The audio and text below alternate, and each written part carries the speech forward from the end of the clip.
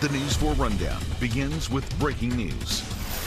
That breaking news is in Prince George's County, where police say several explosive devices have been found at Fort Washington Park. Good evening, everyone, and thanks for joining us for the News 4 Rundown. I'm Eun Yang. The devices were found over the past few days, and right now Fort Washington Park is closed to the public. News 4's Darcy Spencer reports multiple agencies are continuing their investigation into where these devices came from. These are just some of the pipe bombs found in a remote section of Fort Washington Park. 5 were found Sunday, rendered safe, then more were found when investigators returned Monday. The park was evacuated when the devices were discovered and has remained closed. We don't know how they were found, but the ATF indicated they had been here for some time and will be analyzed at their lab here in Prince George's County as part of a federal criminal investigation. According to the ATF, initial findings indicate the devices were not recently placed, and there is no information to suggest an active or ongoing threat to visitors or the surrounding community. It's a national park along the Potomac River, and there are residential neighborhoods nearby. Chopper 4 was over the scene. Multiple local, state, and federal agencies are involved in the investigation. Prince George's County Fire and EMS, the Maryland Fire Marshal, ATF, FBI, and U.S. Park Police. We spoke to residents who came to walk their dogs but were turned away. What did you think about the fact that it's closed? Inconvenient. Today's a beautiful day. We were looking forward to our walk. But other than that, if it's for safety reasons, well, we can wait. They did a very good job, whatever they found, that's for sure. And I just hope everybody be safe because, I don't know, I guess these days and times, especially what's going on with the war in Iran and this and that, I mean, anything, you got to be ready for the unexpected. No word on how long this park will remain closed as investigators continue to search to see if there are additional pipe bombs here. In Fort Washington, Darcy Spencer, News 4. A Maryland man who is a quadruple amputee and a champion cornhole player is now charged with murder. The Charles County Sheriff's Office's Dayton Weber was driving a car when he argued with the passenger and then shot him. This happened around 10:30 Sunday night in La Plata. Detectives said Weber then asked 2 other passengers to help pull the victim out of the car, but they refused and left the vehicle.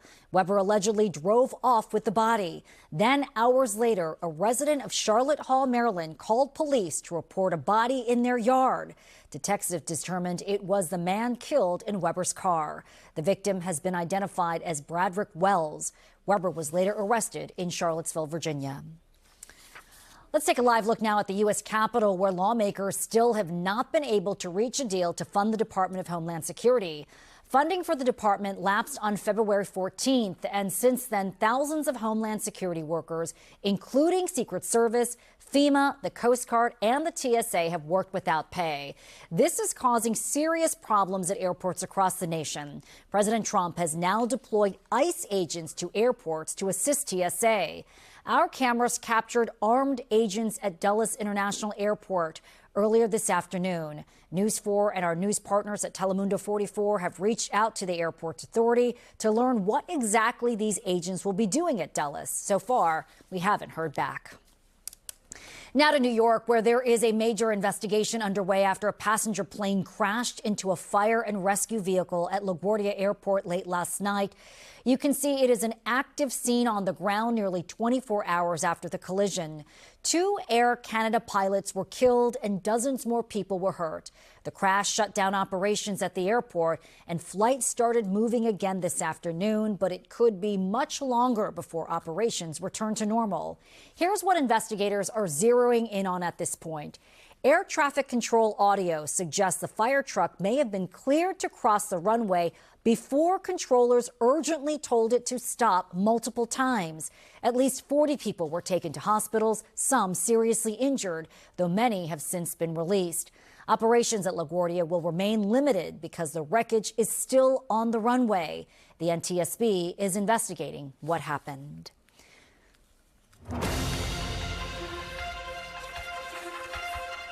Turning now to the war with Iran. Today, President Trump postponed threatened attacks on Iran's power plants. Over the weekend, the president gave Tehran until tonight to reopen the Strait of Hormuz or face those attacks. The threats rattled energy markets, but stocks surged this morning after the president suddenly extended the deadline by 5 days. He said there had been promising peace talks with someone in the Iranian regime. He called the leader a top person, but would not release a name. Iranian leaders denied talks were underway. There was no immediate comment from Israel. Prime Minister Benjamin Netanyahu later released a statement that did not confirm whether those talks are underway.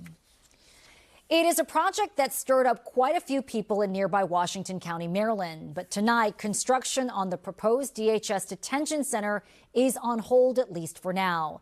Today, Governor Wes Moore and Congresswoman April McClain Delaney met with county and city leaders and residents to discuss the future of the facility. The governor said he is concerned the property bought by the federal government is not being used as it was intended, and he says that could bring losses to the county. This was intended for economic growth. This will not present any form of economic growth that the community deserves and that the community needs. That these warehouse facilities support manufacturing, logistics, distribution, along with about 4,000 jobs. A restraining order in a lawsuit filed by the Maryland Attorney General against DHS to stop the construction of the facility was supposed to expire this week, but a judge extended it to next month. All this as the News4 I-team is uncovering more about how the building will be used and what it could mean for the surrounding community. Until recently, there have been few public details about the project leading to that lawsuit from the state, and almost weekly protests from some in the community who feel they've been left out of the approval process. Investigative reporter Tracy Wilkins and the I-team have been gathering details on all sides of this issue, which has a lot of people in town talking.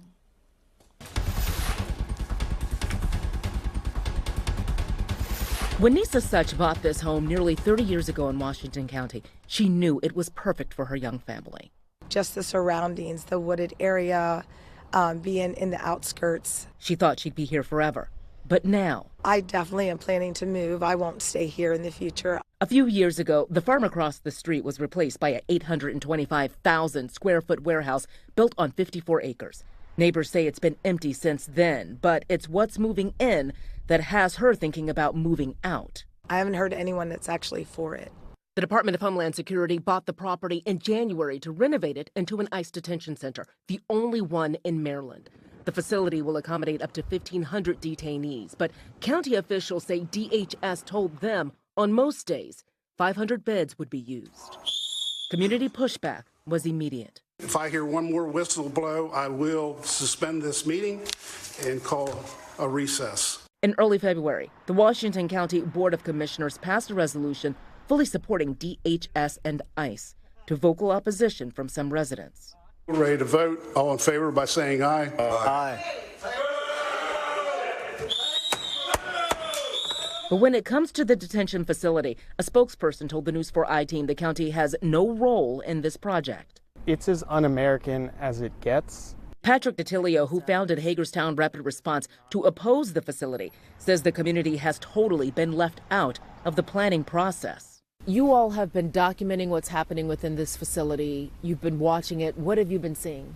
We have photographs of of trailer toilets being brought in, of potable water being brought in. DHS awarded defense contractor KVG out of Pennsylvania a 3-year, $640 million contract to renovate and run the facility. County officials say they've been told KVG will decide what changes need to happen for the building in order to hold detainees, including additional water, wastewater, or infrastructure, and that any renovations would be paid for by the federal government. The I-team asked KVG about a timeline for opening the facility, but hasn't heard back. We're the ones who ultimately make the decisions on who gets water. The city of Hagerstown provides water for nearby jurisdictions, including Williamsport, where the warehouse is located. Communications Director Wes Decker says the empty warehouse is allocated for 800 gallons a day, and no requests have been made to change that allocation by anyone associated with the project. It's a finite resource.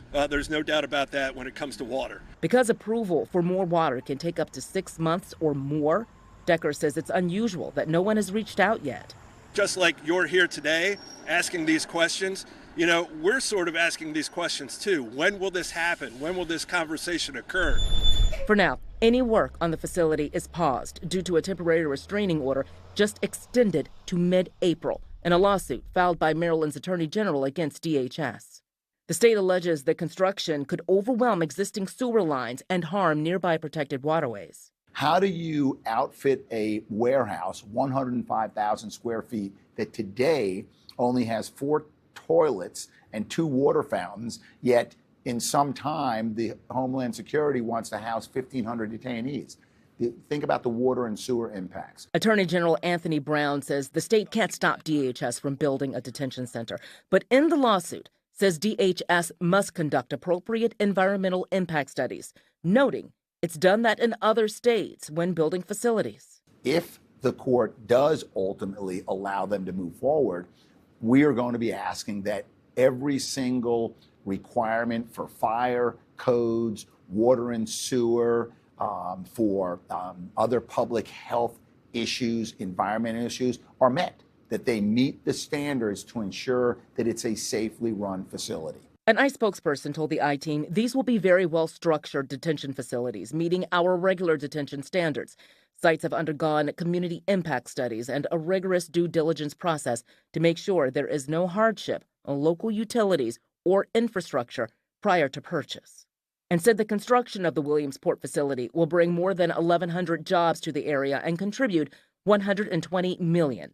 Our local government officials have not been open to communicating with us or anyone in the community. The local NAACP chapter sent a letter to the company contracted to fill those jobs, asking them to stop advertising since there's a pending lawsuit. So we are strategically trying every other effort we can to make this not happen. Washington County is a Republican stronghold in a mostly Democratic state.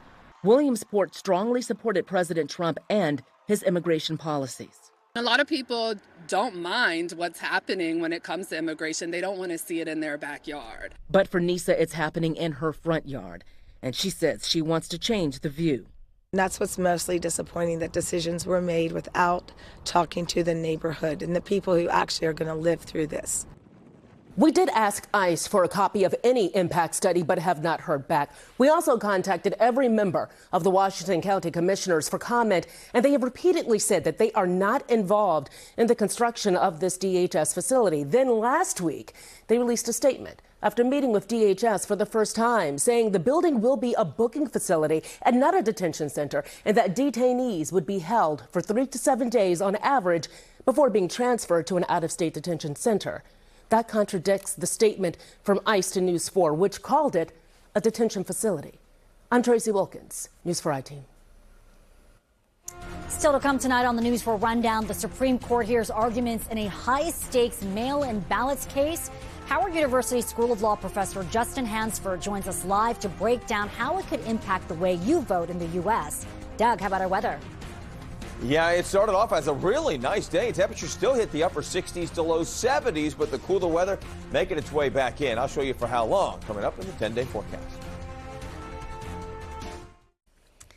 We are following a major case before the Supreme Court that could reshape how mail-in ballots are counted across the country.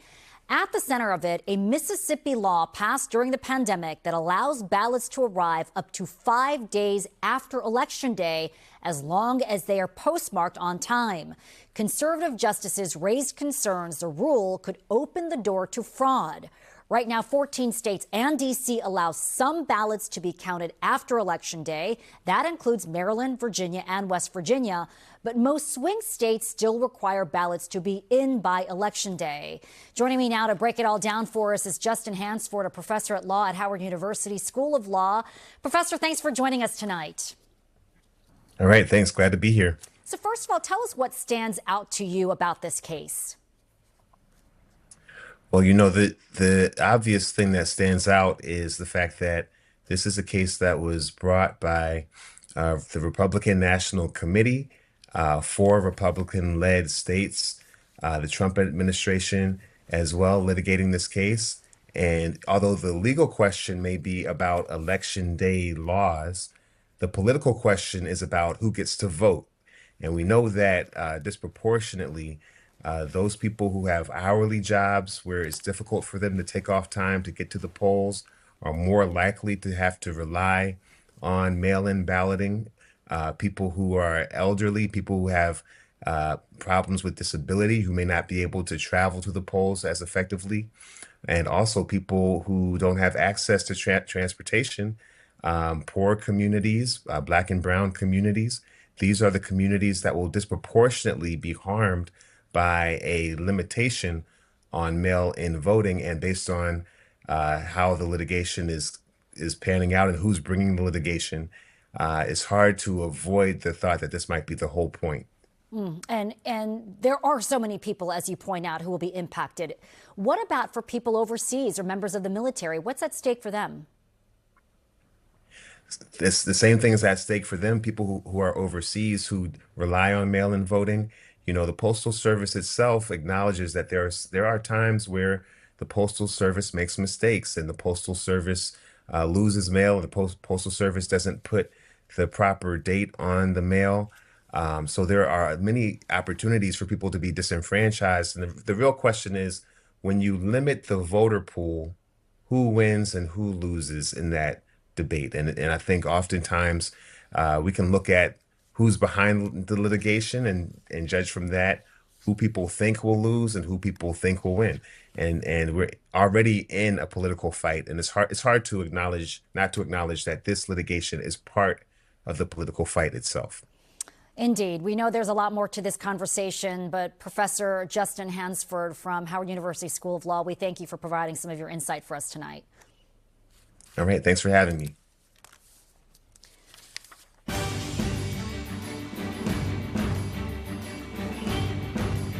For months now, we've been telling you what a pivotal election year this will be for D.C. Voters will choose a new mayor, a new delegate to Congress, and as many as 7 new members of the D.C. Council, not to mention there will be anywhere from 1 to 4 special elections. And on top of all of that, there is a new way to vote. News 4's Mark Seagraves is helping you get ready. He has a preview of what will be a historic election cycle in the district. This election year will see the biggest shift in elected officials in years for the District of Columbia, with Mayor Bowser, Eleanor Holmes Norton, and 2 council members not seeking re-election, a special election for Kenyon McDuffie's seat, and 4 other council seats up for grabs. With the deadline to turn in petitions for the June primary now complete, we now have a clearer picture of how many candidates will be vying for each seat. In the race for mayor, 9 candidates have turned in petitions, including 1 current and 2 former council members. Another crowded field is for the delegate to the House of Representatives, where 8 candidates, including 2 current council members, are hoping to replace Eleanor Holmes Norton. In the primary for chairman of the council, 3 candidates, including the incumbent and another former council member. 9 candidates expect to be on the ballot for the at-large seat being vacated by Anita Bonds. And in Ward 1, where Brianne Nadeau has decided not to seek re-election, there are 5 candidates. Wards 5 and 6 each have 3 candidates, including the incumbents. In Ward 3, the incumbent is running unopposed. The same is true for the Attorney General's race. And in the special election for another at-large seat, there are 5 candidates, including the incumbent and a former council member. And the intrigue doesn't end there. For the first time, voters in D.C. will be asked to rank their choices in each race in order to determine a candidate wins with at least 50% of the vote. While primary day is June 16th, mail-in ballots will start showing up in voters' mailboxes in early May. In the district, Mark Seagraves, News 4.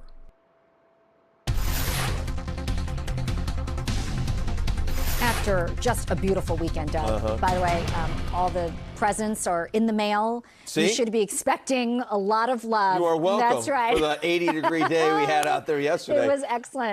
It was, and even today started off really It nice. did. I mean, we got to 68 degrees today. It was plenty of sunshine early. Then we saw the front move through. Yeah, we saw cooler temperatures. We saw winds gusting over 40 miles an hour. Now we've got some cloud cover out there, and the temperatures, they have really cooled. Now down to 49, so we are now nearly 20 degrees cooler than we were at the warmest time of day, right around 10, 11 o'clock this morning. Winds still gusting close to 30 miles per hour, so still a breezy day, and that's putting everybody in the 40s, and this now gives us a wind chill in the 30s, but we're temperature-wise 45 Gaithersburg, 46 in Leesburg right now, Fredericksburg, the warm spot at 52. Fredericksburg was 74 earlier. Storm Team 4 radar, nothing to show right now. We're completely dry. The storm system came through the front, is now way down to the south, but it is bringing, you can see the clouds moving right across the Great Lakes here, some snow in towards parts of Pennsylvania and Ohio, over towards portions of New York, even around Pittsburgh, seeing some snow. That's the cold air that's working its way in. And the cold is really across the Great Lakes and across the Northeast. We are seeing it come across much of the eastern half of the nation, even down toward the south. Raleigh was at 80 earlier today, now down to 68, and we will see a much cooler start to the day as we work our way through tomorrow. Tonight at 11, already in the 30s in spots, but look where we go early tomorrow morning. We're down below freezing by around 7, 8 o'clock for many of us, so a very cold start to our Tuesday. So make sure you bundle up. If the kids are walking to school or getting to the bus stop, make sure they're dressed for it. You're going to need the jackets all day tomorrow. This is lunchtime. Look where we are during the afternoon, only in the upper 40s to low 50s. So we're talking a pretty chilly Tuesday out there, but the cold air doesn't stick around long. Cold start on Wednesday, but not bad with a high of 60. 74 on Thursday. Showers likely on Friday, with temperatures falling all day again on Friday, and that brings us into what should be a pretty chilly weekend. High of only 50 on Saturday. Baseball is back, a sure sign of spring opening day just a few days away now. But before the Nats head to Chicago to face the Cubs, they're coming together to celebrate a new season. Our JP Finley catches up with the Nats' new manager at tonight's homecoming gala at the Wharf. Baseball is on the way. That's right. The Nationals were down at the Anthem in the Wharf to have their annual homecoming gala. And with opening day just a few days away, we got to catch up with Nats manager, the youngest manager in Major League Baseball, Blake Butera, and how excited he is for his squad. This is your first Nats homecoming. What's it like? Oh, this is great. Just seeing all the fans here and the support. Great weather and a lot of excitement for a season. Not quite as warm as it was in Florida, huh? Not quite, but it could be worse. What was it like? You guys had the exhibition game. What was it like just being at Nats Park with your boys, with the team out there, just kind of getting used to the clubhouse, all of it? Yeah, it was awesome. It was surreal. Just great to get everybody out there. West Palm's awesome, but being back at Nats Park, it's just different, man. It's awesome. And then, next stop, opening day, Wrigley Field. How does Cade look? How ready are the guys for this season to start? Yeah, they're ready to roll and just fired up to have Cade on the mound for us to lead the charge on opening day, and couldn't be more excited for him. And as excited as the Nats are about getting this season underway, there's also the added element. Sure, it's kind of a bummer that they have to open on the road, but the Nats get to open their season at Wrigley Field. I asked their slugger James Wood about opening in Wrigley, and he said, that's a cathedral of baseball. That's really pretty cool. Covering the Nationals at the Wharf, I'm JP Finley. There is research that shows coffee can have health benefits for your heart and brain, but it's important to remember that moderation is key. We're talking about many of us starting our day with a cup of coffee, but how much is too much caffeine? Well, Consumer Reports put that to the test, and the results are in. Cafe Bustelo Espresso has the most caffeine of the ground coffees tested. Instant coffees had generally lower caffeines than ground varieties, and CR found that Peet's, Major, Dickinson's Blend Dark Roast, and Starbucks Pike Place Medium Roast had the highest caffeine amounts at shops. Coffee companies aren't required to tell you how much caffeine is in their brews, whether you're buying a bag from a store or picking up a takeout cup. A large cup of either one could put you over the FDA's 400 milligram daily limit. And so you have to remember how much coffee you're drinking, whether it's an 8-ounce cup or a bigger cup, and how much you're drinking throughout the day. I had a second cup this afternoon. I think I'm going to pay for it tonight. Well, that's going to do it for the News 4 Rundown for this Monday night. Thanks for joining us. Be sure to join us tonight for News 4 at 11. For now, I'm Un Yang. Have a great night, everyone.